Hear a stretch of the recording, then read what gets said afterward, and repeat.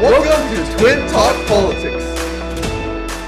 Hi, everyone, and welcome back to another episode of Twin Talk Politics. And today we are beyond honored to be joined by Senator Audette, representing the beautiful province of Quebec. She is a recipient of the Queen Elizabeth II Diamond Jubilee Medal, Commissioner for National Inquiry into Missing and Murdered Indigenous Women and Girls, awarded Woman of the Year by the Montreal Council of Women, among countless other awards and distinctions. She is one of, if not the leading voice for Canadian Indigenous rights and justice today.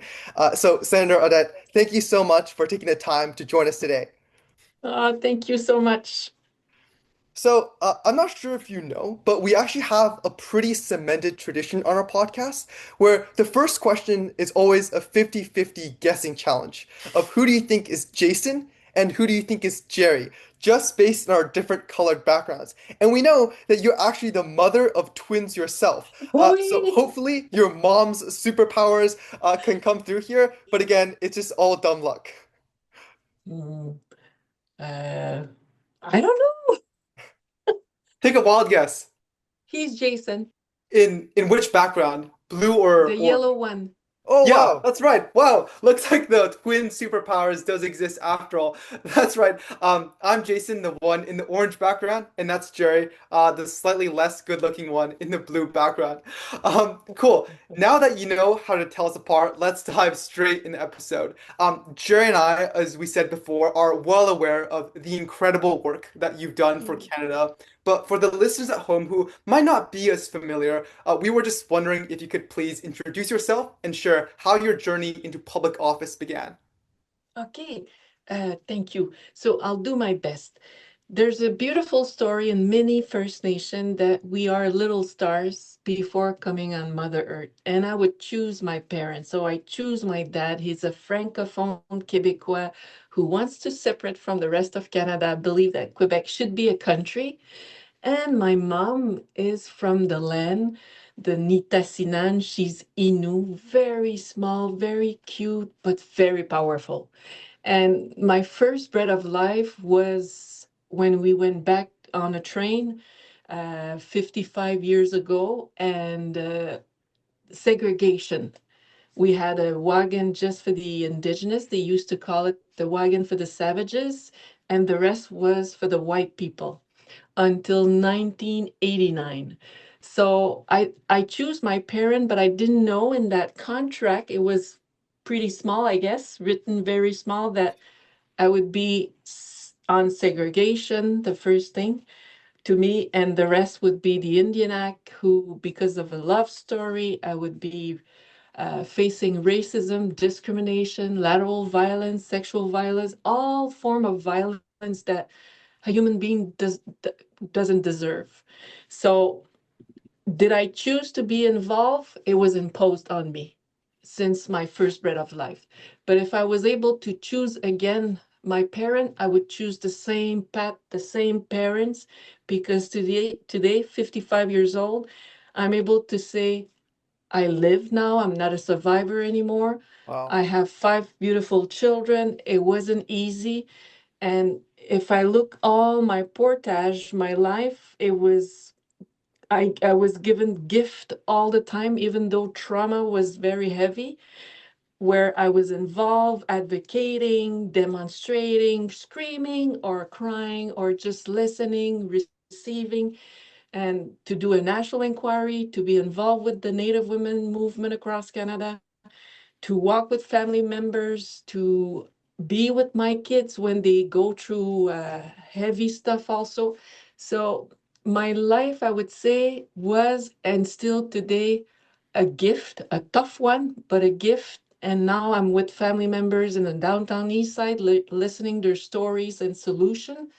And I'm like, with my one of my twin daughter, I was like, now you know what I do every day. I do it for you, for me, but for a country. And I'm just a witness or a friend or a person that walk beside life who wants to change their life or make it better. Wow. Thank you so much for sharing such a personal story. And we'll definitely be revisiting many of those elements that you just touched upon later in our conversation. for our second question, it actually comes in two parts. So first, we were wondering, what do you think are the most important problems concerning youth in Canada as a whole right now? And secondly, what do you think are some of the most paramount issues for youth in your own province of Quebec? Mm.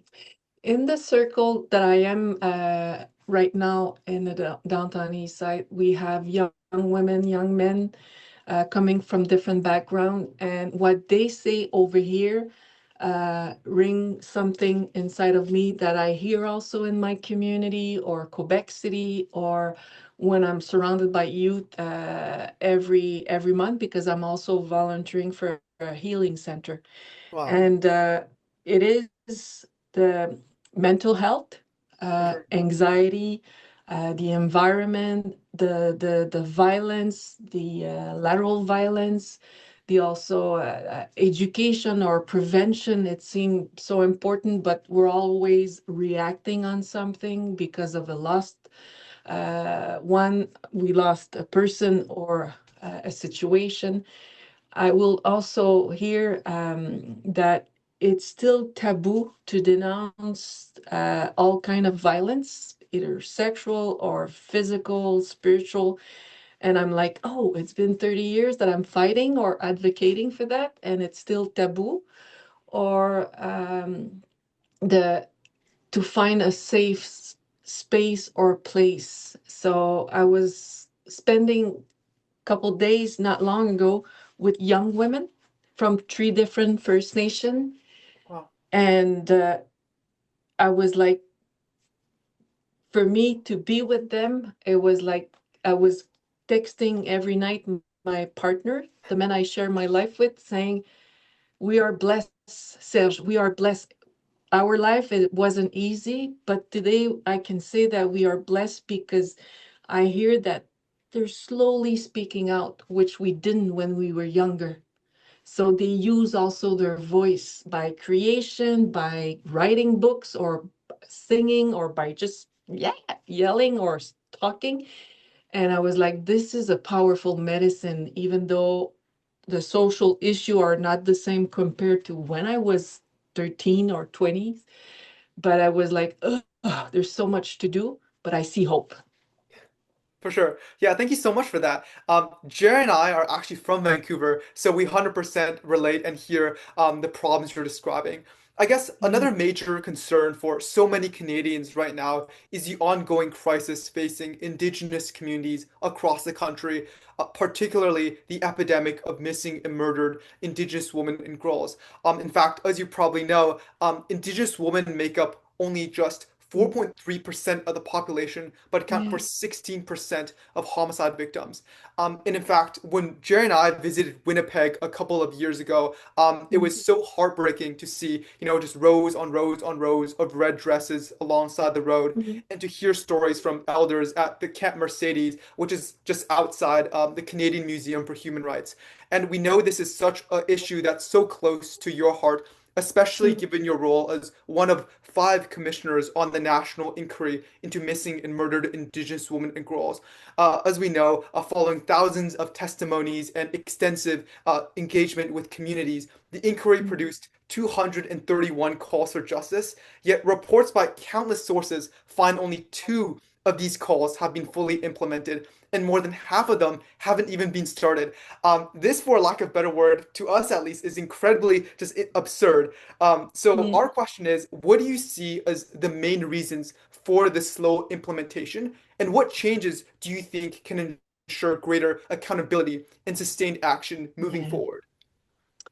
Well, we put it in the report right at the beginning that the status quo, no matter which government, municipal government or federal government, it could be a First Nation government or provincial government, the status quo, because it doesn't move, it's not a priority. We might use it when it looks good for a political campaign or, Right.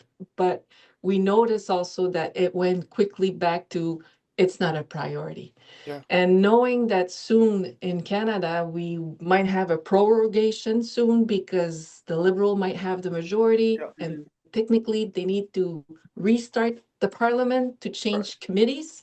At the Senate, things that we hear, so I'm not afraid to share that. So let's say they become the majority. Right now, the geopolitical crisis or wars or situation right now with the neighbors in the United States, specifically with the president, I would say, uh, it brings this government to push what is not a priority or what was a status quo and prioritize more the economy. Right. So I have huge concern. I believe that what he's trying to do, Monsieur Carnet, it's good. But at the same time, if you want a healthy economy, you need also a healthy community. And a Right. community, it's human being. So very concerned about that, how we will find a balance, how we will. So being here in Vancouver, it helped me to be stronger next week in the Senate when I'll ask question or debate or remind them that national inquiry, you asked us to do it. It was an order from you and all Right. province and territories. And now where you're at, so we can save life to have a strong economy also.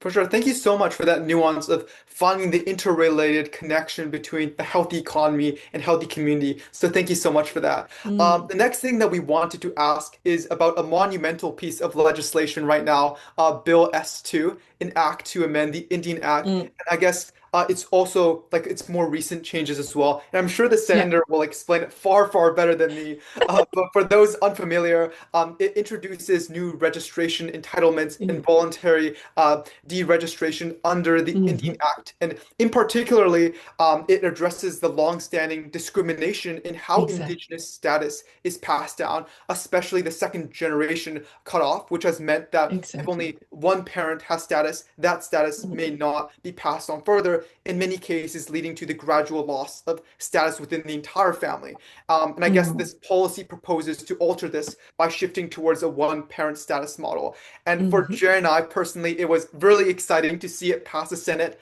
and now reach the committee stage in the House.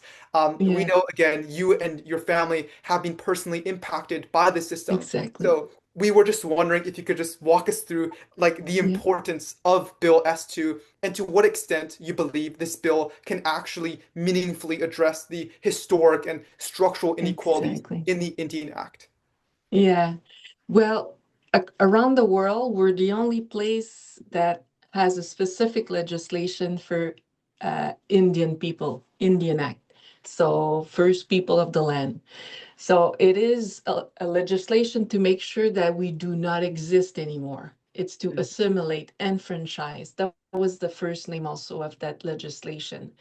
I'm 50, well, almost 55 years old, but legally, the Indian Act will consider me as a person under 18 years old. So the government, the federal government become the father in trust or the mother in trust for all Indians, people Wow. registered under the Indian Act. So this is why we don't pay tax or income tax on the reserve because I don't, we, the government doesn't charge my youngest son income tax because he's not 18 years old. So there's many things like that that is very difficult, but people don't know or don't realize that Right. we're facing that. Yeah. It is also the government who will decide who is Indian, who is not Indian. For us, what we're saying, you don't have to decide who is Indian because we're not Indian. We're First Nation. Mm, We're right. Innu, Gitxsan, Wet'suwet'en, we're Anishinaabe, we're Cree, and so on.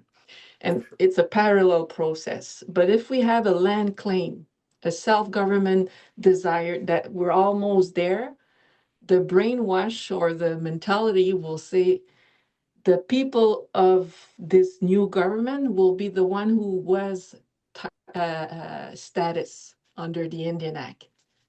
And what we're saying also is because since 1985, my mom, by marrying the most beautiful Quebecois, she was kicked out of her community and she lost her status, but she still speak Innu, she's still Innu woman Right. and still know her protocol and stories and so on. But because she was kicked out, we weren't able to go to the school in the Yeah. community, learn the language, and so on. That also has a social impact on us, the family, all women who marry a non-native. And with that, I became in 85, 6.2. They decided to give us numbers, 6-1, Wow. A, B, C, D, E, mean that it's two parents are Indian. And 6-2, you only have one parent status, one Indian. But they gave the status to Canadian women who married status men. They became Indian before 85. So Wow. let's say my cousin or you go, my cousin, her mom is white. We used to say that, but she's Canadian. She became status Indian by marrying my uncle. So in 85, she became 618. And me, my dad is Quebecois, and my mom got registered back in 85. She was 6-1 something, and me 6-1-2, 6-2. So when I had my five kid, my first two son, my community says we will cut your funding for university because you only have one kid. I said I gave birth to two sons. I let me tell you, I know. But I realized that one wasn't status and the other one was status. So Wow. Sharon McIver from British Columbia in 89 went in court to denounce the same story that I'm related. And she won in all level of court Wow. until the federal court says, okay, Canada, you need to change your Indian Act because Sharon McIver, there is discrimination based on sex. Women are discriminated, and her son too. So with that, it forced the government to change, but they say we'll do a little bit. But when it came back over and over, not long ago, the BC court says again, you're discriminating Indigenous people because of their status and because they enfranchise. And we said, oh, they're opening again the Indian Act by with this court decision. Of course, we all wanted to jump in, and it's normal to say you need to add all those form of discrimination that you said no since 85. And I Right. just want to give those example where they're saying no. Since 85, if I give birth because the man commit suicide during my pregnancy or die because of cancer or it was a rape or he just disappeared, doesn't want to get involved with the children, Ottawa will presume that the father is not an Indian. I'm a 6-2, which is the cutoff generation. My Wow. baby born of one of those example I gave, Mhm. I'm not able to prove that the dad is this person. So Ottawa will refuse that my baby can be in the community and get services Wow. program in school and so on. So when you live in a community that it's a fly in, fly out, they're allowed to say no to you. But we will never say that to a Canadian woman or a woman that became Canadian because she chose to live here. If she goes to the hospital and say, my baby is having high fever, very dangerous. They won't say, we will give you service unless we know who is the father. We don't ask that. Mm. But for Indian women, First Nation women, under the Indian Act, we're obliged since 89. And there's many other places where we said the second generation cutoff, it's a way to, again, to make sure that we do not exist anymore. But the beauty, I'm stubborn, and I'm like a moose head, love, very hard head, and I don't believe in that. Right. It's in the Senate at the same time with S2, we brought amendments to make sure that we can solve the long-standing discrimination that you really well described. We said in this chamber a few weeks ago, you changed with Bill C3, the lost Canadian, the first and the second generation born outside of Canada. If they can prove they have one parent that are Canadian citizen, you will give them, even though they don't speak English or French, but they have a grandparent that is citizen of Canada, the citizenship to them. But Wow. us, First Nation of Canada, First People of Canada, you refuse us to transfer our nation to our Wow. kids. That was just a few months ago. And with that, for me, I'm a stubborn. I will always raise that. You say yes on one end and you say no to us. And we deserve to be able to say, I'm the mom. I can transfer that to my son or my daughter. If we do it for lost, the name was Lost Canadian people, and they deserve, if they have a grandparent, we deserve to. Wow. That injustice of just erasing identity should not exist at all. And thank you so much Yeah. for giving such a heartfelt answer.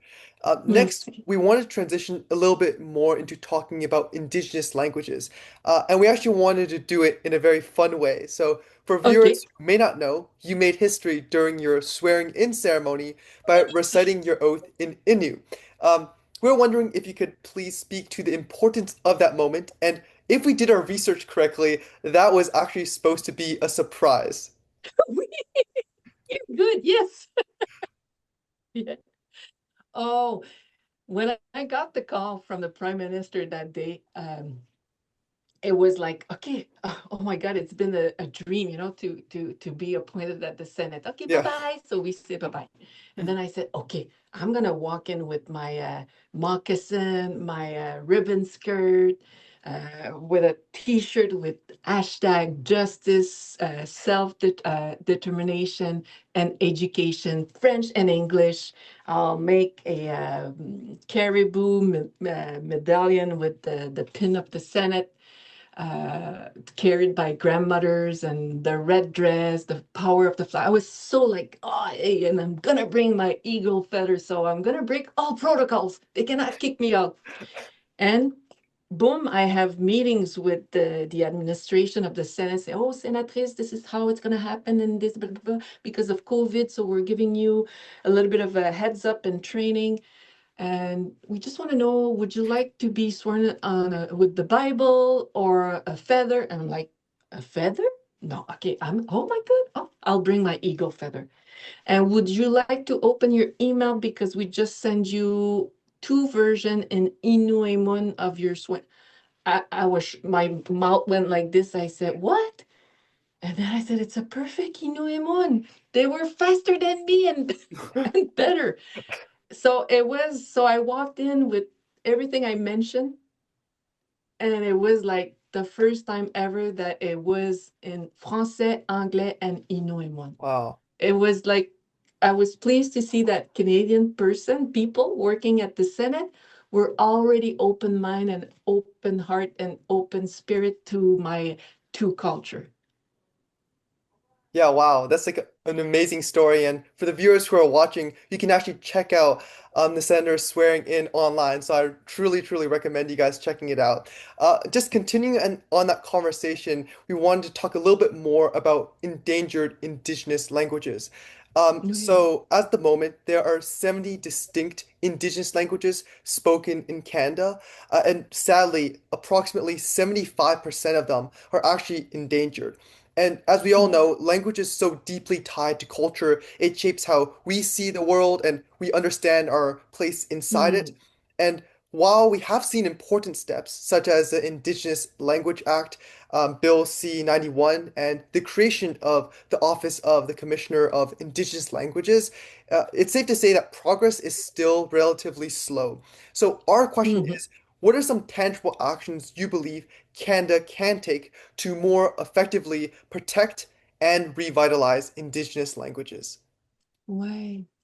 There's things that doesn't cost money, and there's things that we need proper funding. Uh, I work also on Fridays at Laval University with the president and the faculties and the student, just to be their kukum on reconciliation, Mhm. advisor on reconciliation. And we try to apply for a course that we could do in an indigenous language or a few indigenous languages. And I'm glad that the federal government said, no, we do not fund university. We prioritize First Nation or indigenous organization.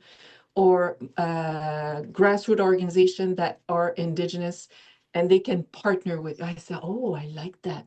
So that was a good approach, and I hope they still have that approach, because universities have more funding, even though it's not easy for universities or colleges or education place across Canada, but still in the community, I noticed that when I'm up north or surrounded by Innu elders, beside me in this meeting here, she's Cree from Saskatchewan. When she speaks her language, I'm so happy, because I understand more than I would think.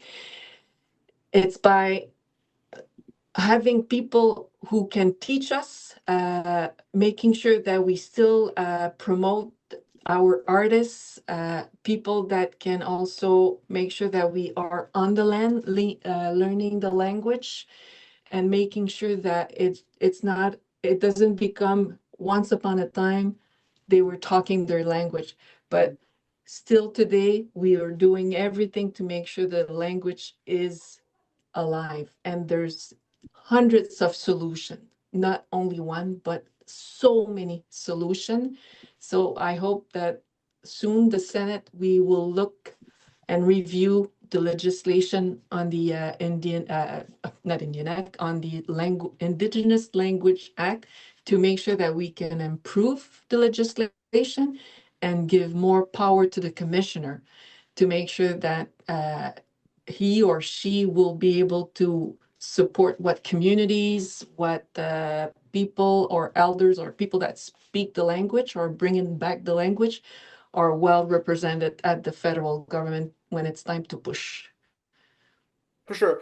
Yeah, we completely agree. Like as you mentioned at the very beginning of that, I think one of the most important and probably the most effective ways to create lasting structural change is through education. So we wanted Mm. to ask you about the graduate program that you helped create in Indigenous Public Administration, and pardon my French, at the École Nationale d'Administration Publique, or called ENAP.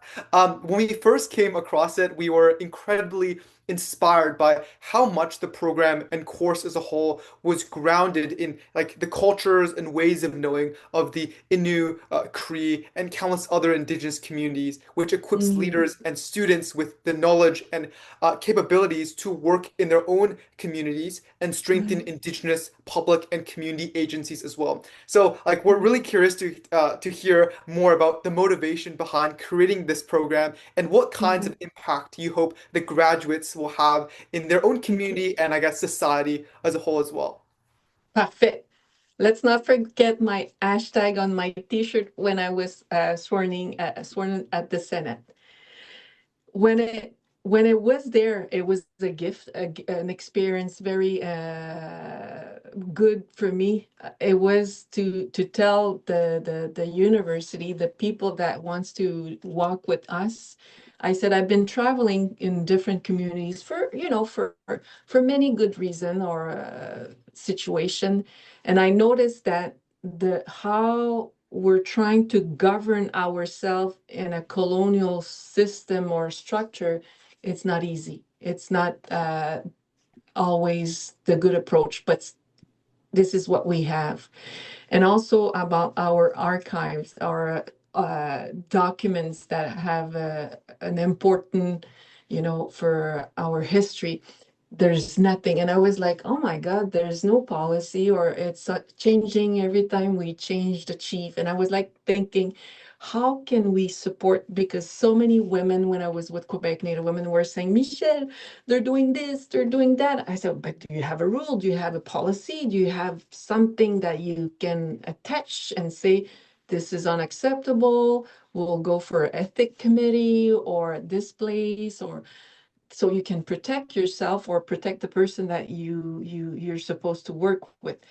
And for me, education was the way also to give a better governance to our community, because we have the solution. We're amazing people. We're maybe popped up, là, poké, we say in French, là, like the system was hard on us, but we have that magic inside. I know that Right. I saw it. And so it was through that program, but today I can see with the Montreal HEC, the high, les hautes études commerciales in Montreal, they have an Indigenous program.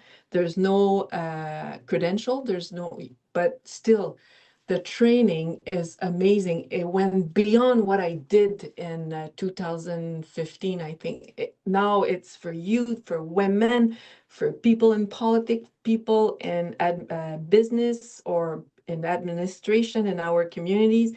You see the sparkling in their eyes, how they want to do or how they implement what they're learning. And it's Innu eyes or epidemic eyes, it's indigenized or, plus how we see the system, the municipal system or the provincial or the federal. For me, I'm like, finally, we're there and it's beautiful. So self-government for me or self-determination, my hashtag was there when I was young and being involved with education sectors, it's a way for me to put that seed that I've been dreaming that we can do it for us, with us, by us. Hmm. Right. Hashtag self-determination.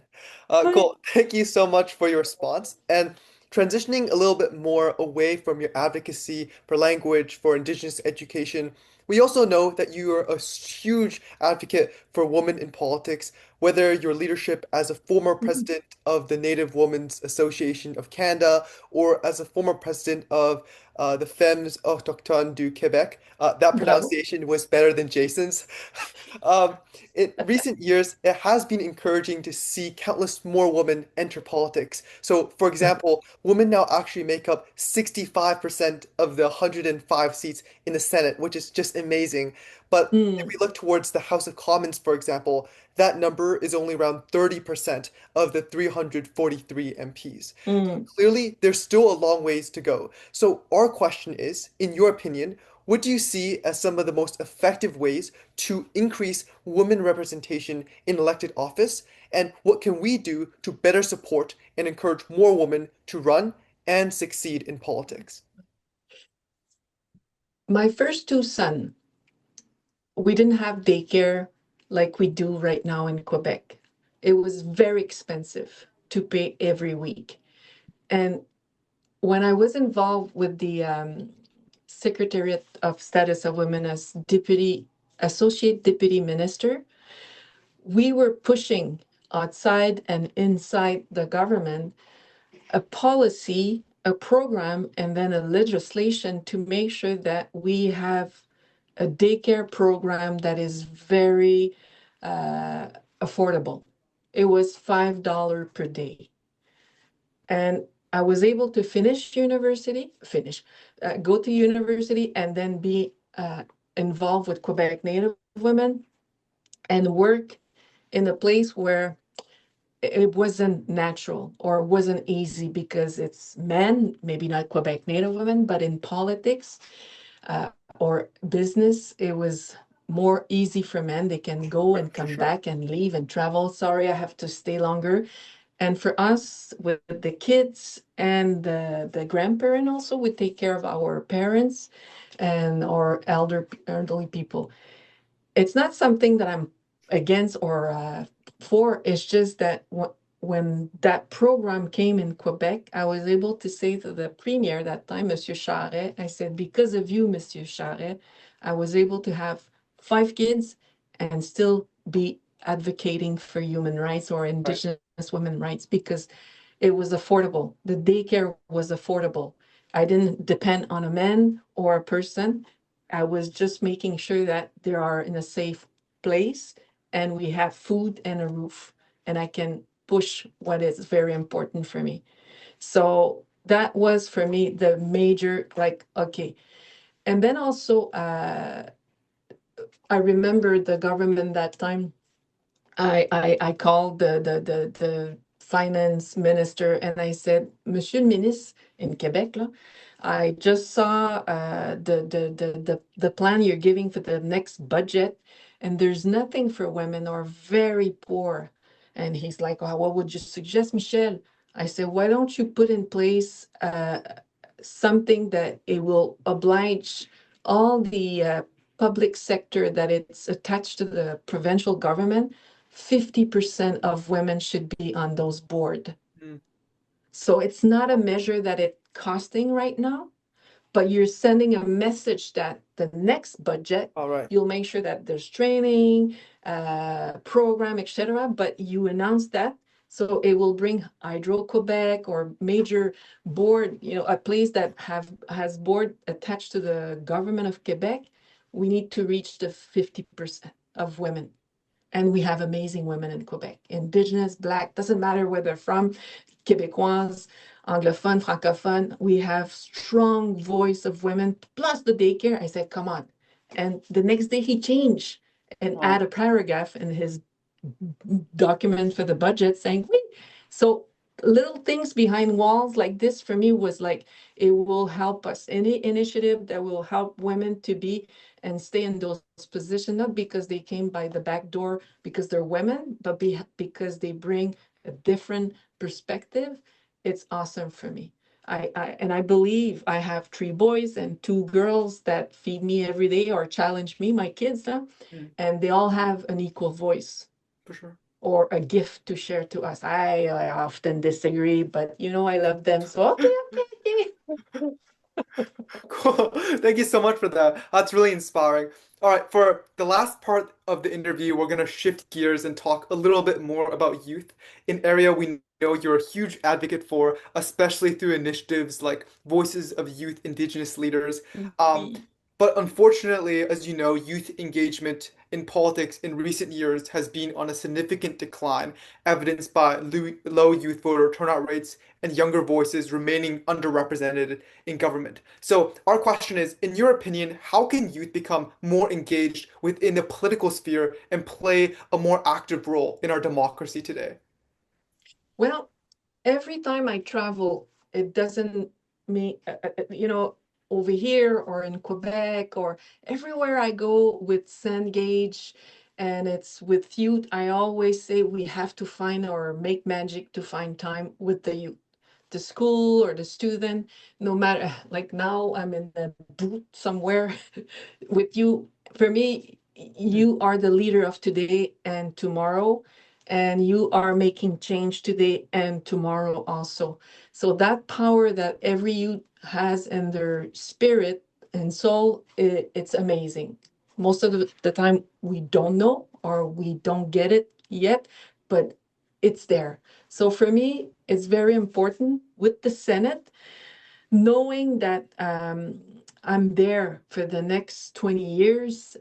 If there's a young Canadian, First Nation, or Indigenous that is capable to spend a week because a community will fund or an organization or the community will provide, we bring them and they call it shadow or Yeah, I called it mini cute senators. So they follow me all week. So we bring them to committee, caucuses, to Nice. the chamber, meetings that I have with citizen or organization, event. They wake up early in the morning and they go late at night all week so they see what we do every day as senator.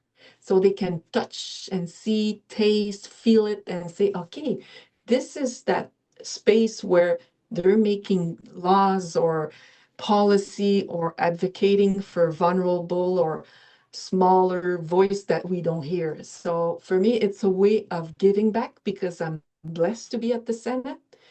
And if I can bring a youth with me and also to say, this is also your space, it belongs to you. So everybody's welcome and the invitation is there for you. Yeah, cool. Definitely job shadowing is a great way to engage with politics. And just building on that conversation, we're curious to hear your thoughts on the voting age of Canada. And Oui. do you potentially think if we extend the voting age to 16-year-olds, as proposed by Bill S222 by Oui. Senator McFedrin, it could help boost voter turnout and bring youth voices to the forefront of political discourse? Oui. Bon, I support that. For me, it is how can I say? Um, we see youth coming from the child welfare system, and and if they were able to be with us today and say the laws that you're making has a real impact, positive or negative, on me. Hmm. So we're 50 and plus in the chamber, and sometimes I feel like we're going, but without the real life that will be impact. And for me, if we open to people who are 16 years old, they will come if they want to vote, but at least it's there for them. Mm. So I'm very, I don't know how I can argue because there's so many people that are against, but for me, it's so obvious that we need to open it to 16 years old and plus. They're working, they're on the uh, they're involved, they have a say, they're suffering or they're living their life, or they're going on a healing path, or they're teaching us so many things. I was 16 years old. My kids, they're now not 16 years old, but they had that emotional intelligence of a 16 years old and plus, and that for me was precious. And if they can vote, I ask everywhere I go, would you vote? Blah. And some would say, at least I can say no or I can say Right. yes. Yeah. But slowly I'm pushing, even though when you'll be 18, go vote. Yeah. It will make your voice more credible, comment ça, credible, more powerful, because it is something to complain and yell against a government. But when you vote, then you can say, by the way, I vote, so I deserve to be listened. So for me, there's so many youth in First Nation communities, so many youth. If they were able to vote, I'm sure it would change and shift the way government is doing or not doing. The status quo I mentioned earlier with you, that maybe would be reconsider. Yeah, for sure. And thank you so much for your support for Vote 16. It really means a lot. And also, thank you for all your insightful and heartfelt responses to all our questions today. And now it's time for the final fun question, but I think it might be the hardest question of the day. We know you're an expert in the arts, having studied visual arts at the Université du Québec, Montréal, and art education at Concordia University, and that you once actually considered being a fine arts teacher before going on to change Canada in so many meaningful ways. But if you actually had taken that path and became Oui, an arts teacher, and you could only teach one discipline, so you could only teach drawing, or you could only teach painting or mixed art, which discipline would you teach and why? it would be the mixed art, to make sure that every student that would come, every human being that would choose the course or my class, we would shake the world and make sure that we speak the truth through the art. Cool. Thank you so much for that. That concludes our interview today. Again, Jer and I would like to extend such a big thank you to Senator Audette and her phenomenal team as well for this amazing opportunity and taking the Mhm. time out of her incredibly busy schedule, especially while in Vancouver, to come here and meet with us today. We truly appreciate it. For all the listeners at home, if you guys wish to see more episodes like this, be sure to tune into future interviews. Thank you, everyone, and we'll see you guys next time.